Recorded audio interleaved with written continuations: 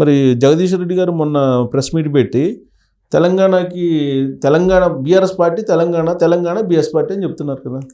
ఇక ఆయన ఏం మాట్లాడుతూ వాళ్ళకి సోయి లేకుండా మాట్లాడుతున్నారు. ఒకసారి ఫ్రస్ట్రేషన్లు ఉన్నప్పుడు వాళ్ళు ఏం మాట్లాడో తెలియదు.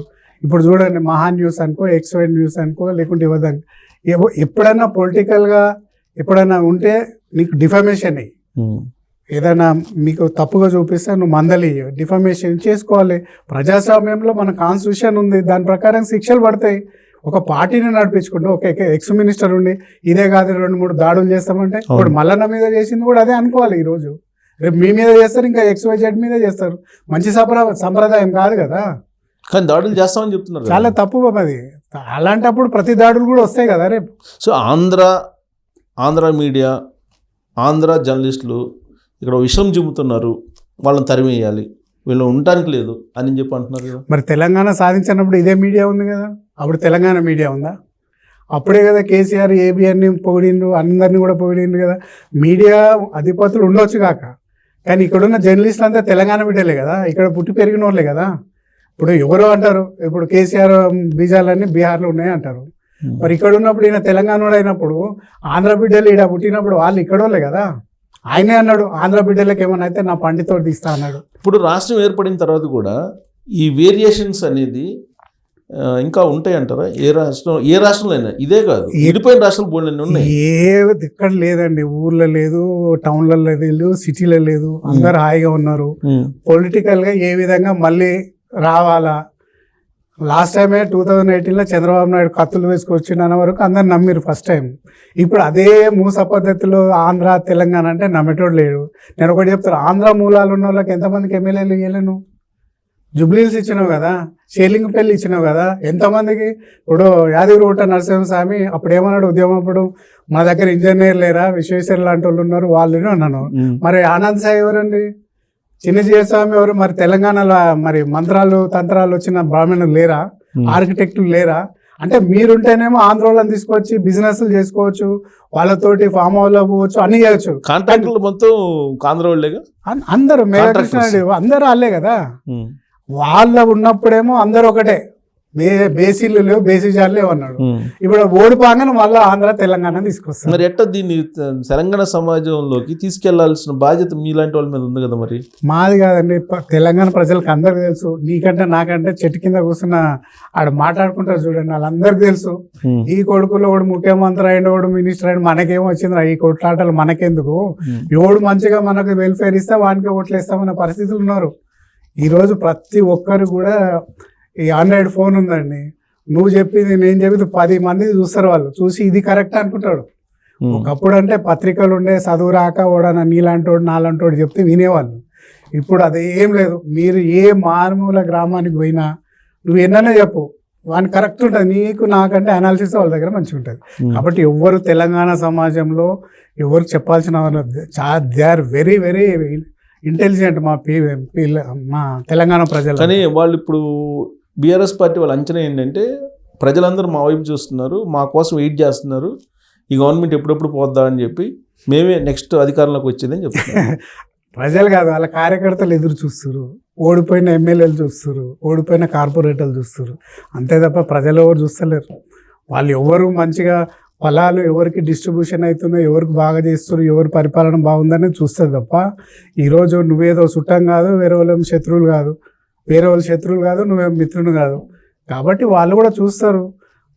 కేసీఆర్ అనుకున్నాడా, నేను ఉన్నన్ని రోజులు నేనే అనుకున్నాడు, బండకేసి కొడితే పోయి ఫామ్ హౌస్లో కూర్చున్నాడు.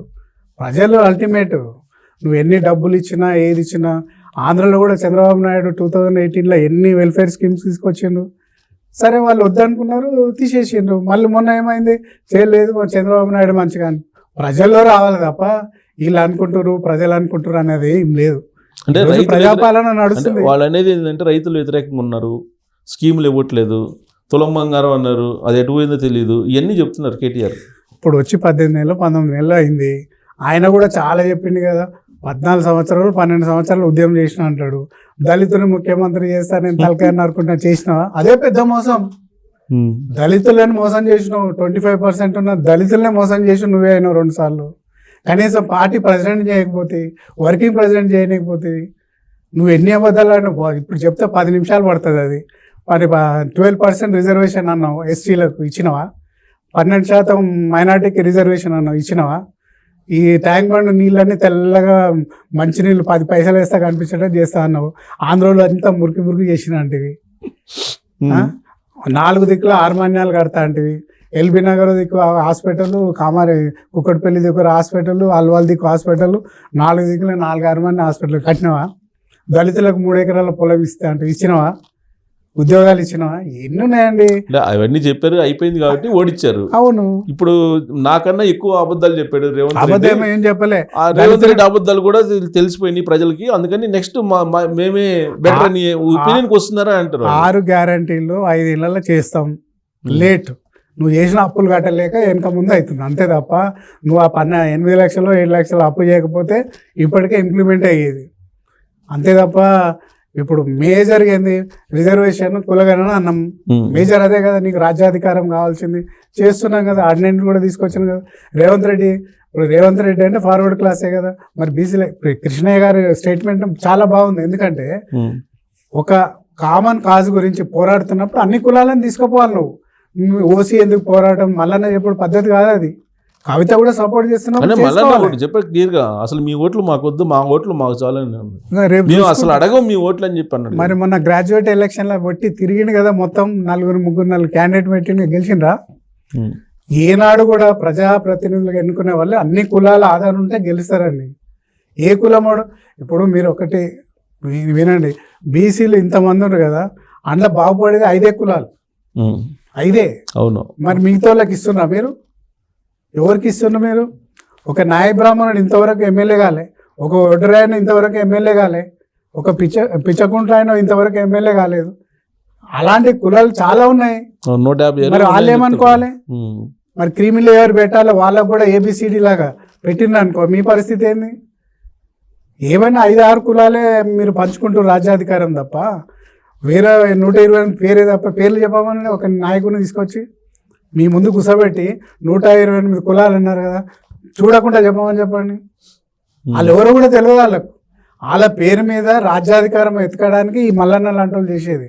రాజ్యాధికారం తీసుకోండి, 100% అందరూ కూడా సపోర్ట్ చేస్తారు. ఎవరిది సొంతం కాదు, రాజరికం కాదు ఇది.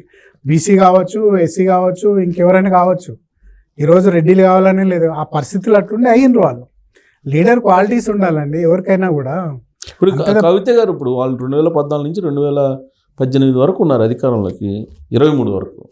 మరి ఆవిడ కూడా బీసీ అన్యాయం జరుగుతుంది బీసీలకి, నేను బీసీలకి న్యాయం చేసేలాగా నేను పోరాడబట్టే 42% కాంగ్రెస్ పార్టీ ఇచ్చిందని చెప్తున్నారు కదా. ఆమె ఎంపీగా ఉన్నప్పుడు మీకు అందరికీ తెలుసు, ఫస్ట్ క్యాబినెట్ లేడీ లేదు. లేడీ రిజర్వేషన్ తీసుకొస్తే మోడీ గారు ఏదో తీసుకొస్తే నేను పోరాటం చేస్తే వచ్చిందని అంటది ఆమె. మరి ఎవరు అందరు నవ్వుతున్నారు అవన్నీ చేస్తుంటే. ఈరోజు 28% ఉన్న రిజర్వేషన్ కేసీఆర్ పాలన 18% తీసుకొచ్చింది, 10% ఈబీసీ కిందికి పోయింది. మరి ఇప్పుడు వచ్చి మేము బీసీ గురించి అంటే బీసీలకు తెలియదా? తెలుసు, సెలబ్రేషన్స్ చేసుకుంటున్నారు, చేసుకుంటారు వాళ్ళు ప్రతి దానికి సెలబ్రేషన్ చేసుకుంటారండి. ప్రతి అటు పోయేది కూడా మాదే అంటారు. ఎందుకంటే ఈ పొలాలన్నీ మాయే ఉన్నాయని చెప్తారు చూడు పటేళ్ళు. సో అట్లా ఉండేవి కానీ మాయే అంటారు అంతే, తర్వాత మెల్లగా అంటారు, ఒకప్పుడు అంటారు. కానీ కల్వకుంట్ల ఫ్యామిలీలో మిగతా అందరికంటే కూడా ఈవిడ ఈ మధ్యకాలంలో అగ్రెసివ్గా ఉండడానికి కారణం ఏం కనిపిస్తుంది మీకు? ఫ్యామిలీ కొట్లాటలు క్లియర్గా తెలుస్తుంది. అక్కడ షర్మిల, ఇక్కడ కవిత గారు, అంతే. ఫ్యామిలీ కొట్లాటలు తెలంగాణకు పూస్తురు అంతే తప్ప రాజకీయంలోకి వచ్చి ఇప్పుడు నువ్వు మీ ఫ్యామిలీ ఉంటే మీరు కొట్లాడుకోవాలి. ఈరోజు చూడండి, అన్న, చెల్లె, తండ్రి, బావ, ఇంకో బావ, ఎవరన్నా ఖండించిరా దీని గురించి? ఈరోజు పొన్నం ప్రభాకర్ గారు ఖండించిండు, మా PCC ప్రెసిడెంట్ ఖండించిండు, ఆ అమ్మాయికి అట్లా అనవద్దు, ఎవరైనా అమ్మాయి ఆ విధంగా గించమంటే పద్ధతి కాదని చెప్పి అందరు ఖండించారు. కానీ BRS నాయకులు ఎవరు కూడా ఇంతవరకు ఖండించలేదు. అంటే ఏంది, మీకు వాళ్ళకు ఏదో జరుగుతుంది ఫ్యామిలీలు అన్నట్టే కదా. కానీ BRS పార్టీకి తెలంగాణ జాగృతికి సంబంధం లేదని అంటున్నారుగా కవిత గారు. సంబంధం లేదే టికెట్ ఇచ్చిందా, ఎమ్మెల్సీ ఇచ్చిందా? మరి నాలాంటి వానికి ఎందుకు ఇవ్వలేదు? ఎమ్మెల్సీ ఇచ్చారు కదా ఎంపీ ఓడిపోగానే. మరి జాగృతి అని నీకేం సంబంధం లేదు ఎందుకు ఇచ్చారు అంటున్నా.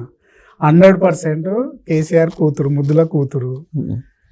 ఎవరికైనా ఉంటుందండి తండ్రి అన్నప్పుడు. చెప్పారు ఆయన ఒక ఇంటర్వ్యూలో కూడా చెప్పారు. అంతే కదా, మనకి సంబంధం లేదంటే అయితే రాజకీయాల గురించి దూరం పెడుతురామని, అంతే తప్ప పొలిటికల్గా పవర్ అనుకోండి, ప్రాపర్టీస్ అనుకోండి, అక్కడ షర్మిల ఎట్లనో ఇక్కడ ఈమె ఇంకా బయట పడతాయి ఇంకా కొన్ని రాబోయే రోజుల్లో. ఆమె ఇప్పుడు తండ్రి బిడ్డ అంటే ఎప్పుడైనా పోవచ్చు, ఎప్పుడైనా మాట్లాడుకోవచ్చు అండి. లెటర్ రాల్సిన అవసరం ఏముంది అంటే దెర్ ఇస్ అ డిస్టెన్స్. అది బయట పెట్టాలంటే తండ్రి అన్న పెట్టాలి, కూతురు అన్న పెట్టాలి.